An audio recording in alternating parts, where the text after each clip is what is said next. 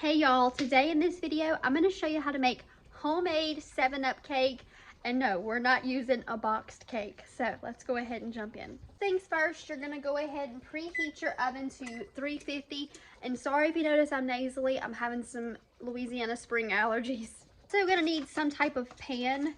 I'm just going to use a disposable one for easy cleanup so I don't have to wash any extra dishes, but here is mine. Need 1 cup of unsalted butter.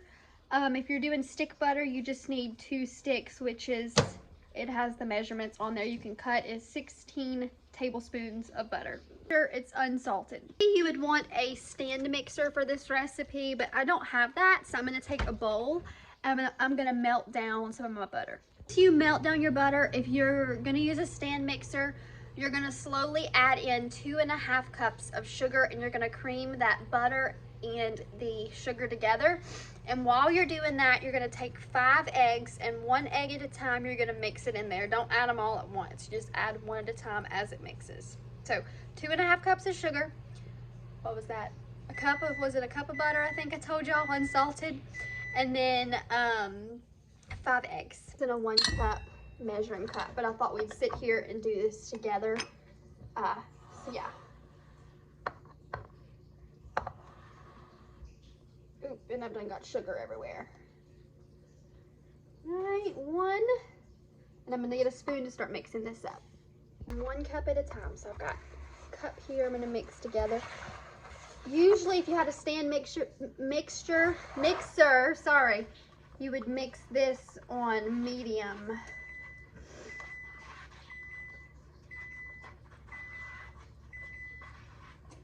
All right, I'm gonna add in 1 egg while I'm doing this. Added my 1 egg. Keep count with me, y'all, because I am going to lose track. I can feel it now.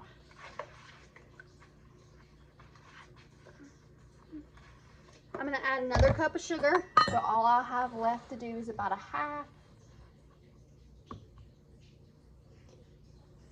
That makes 2 cups of sugar. So all I have left is 1/2. I'm gonna mix this in.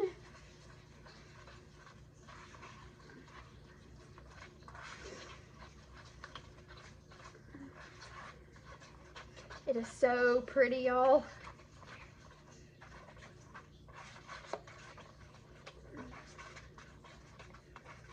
And it's got that lemony color. All right, now I'm gonna go ahead and do 2 more eggs. 2 more eggs, so we're at 3 eggs.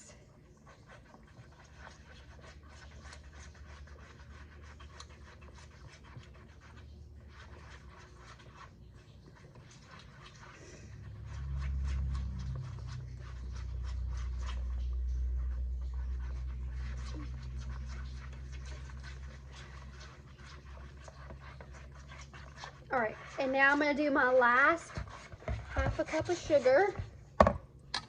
I'm not doing an exact, I'll do kind of an estimate. That'll work. Mix that together, and then we're gonna do our last 2 eggs.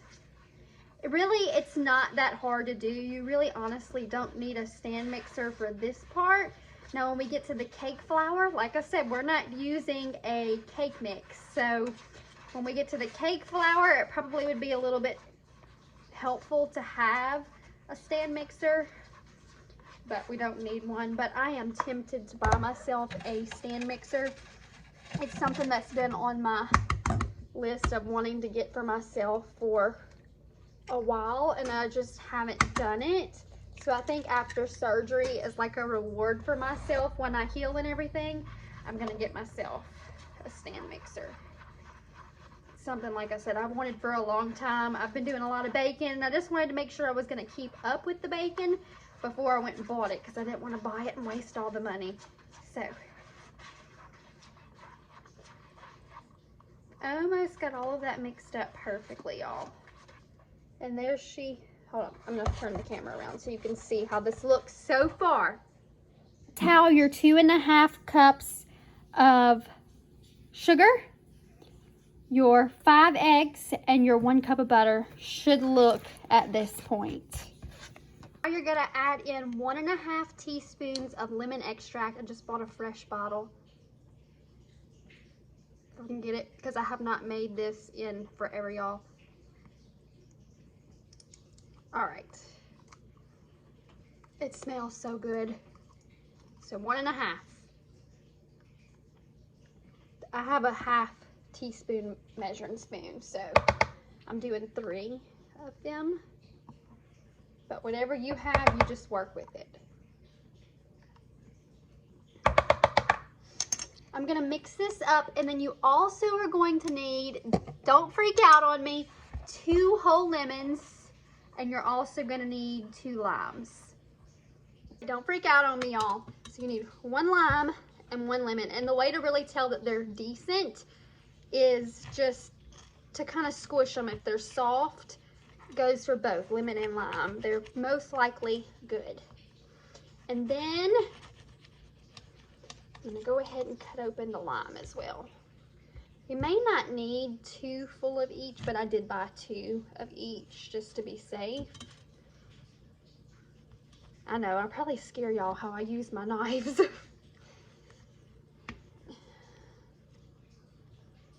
Having trouble with this lime.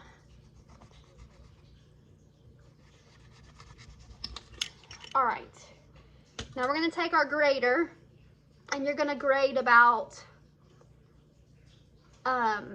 1 teaspoon of each. So this isn't gonna be perfect, but we're gonna do this somewhat. As you can see, it's kind of coming off. I don't want a lemon seed in my cake. Thank you very much. And it don't want to come out. All right.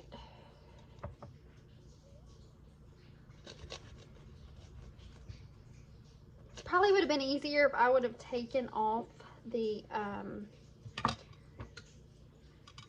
skimmer. Might die on me, but we're gonna do as much as we can before that does decide to do that. We're just gonna grate this lemon into our cake mix.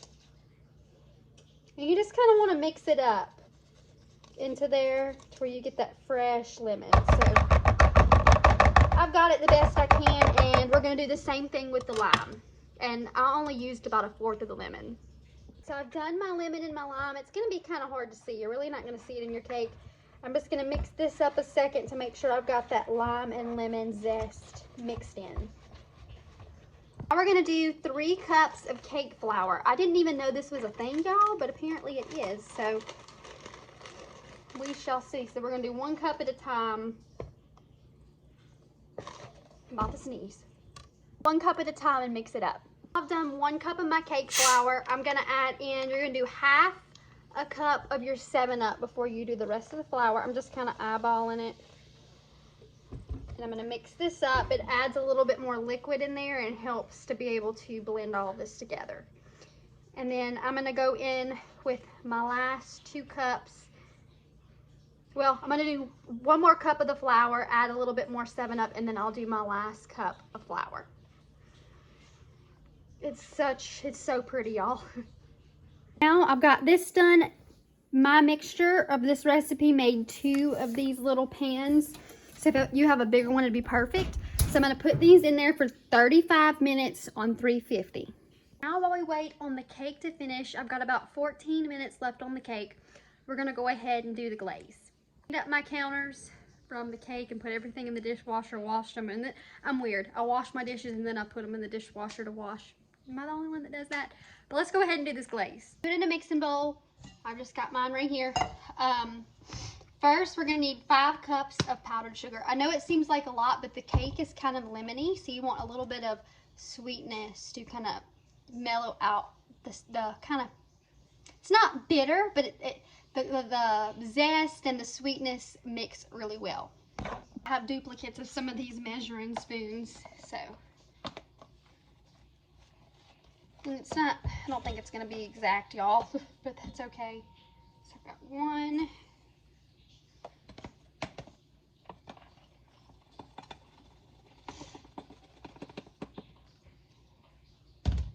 2, because the other one was kind of heaping. 3.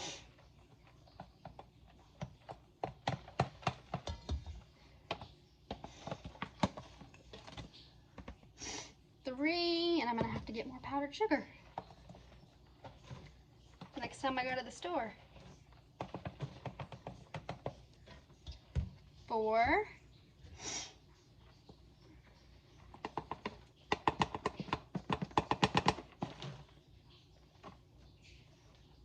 5.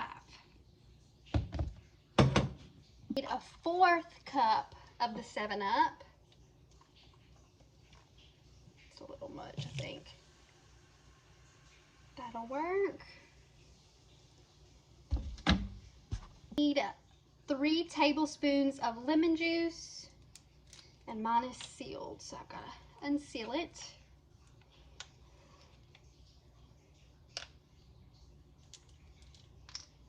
If it'll unseal for me.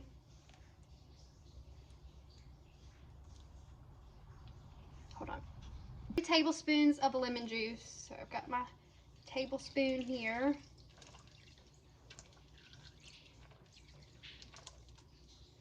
1. Can't get the lid off. It would have been so much easier to get the lid off. 2.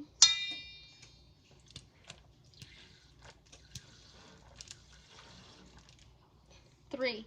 Now, you need some more lemon zest and lime zest to go into the icing, and that's all you need for the glaze. And I threw my old ones out that I used for the cake just because they got covered in flour and stuff like that. So I'm going to cut these up, and I'm going to grate a little bit more into that. Now we're going to mix all this together now that I've got my lemon zest and lime zest in there. And it's going to be kind of a thicker glaze while you're mixing this up. It's not hard to stir, but it's thick because it's not supposed to be a traditional like birthday cake, regular cake, or cupcake icing, because technically with a 7-Up cake you usually would use, I don't know if you know, a bundt pan. So if you had a bundt pan for this recipe, it would have been perfect, but I don't have a bundt pan, so I'm using my loaf pans. But traditionally a 7-Up cake would be a bundt cake, which most bundt cakes have glazes on them, which is why 7-Up cake has a glaze. If you ever realize that when you buy bundt cakes, most of them only have a glaze on them. So I'm going to take a little taste of, this is kind of what it's going to look like. I'm going to taste it.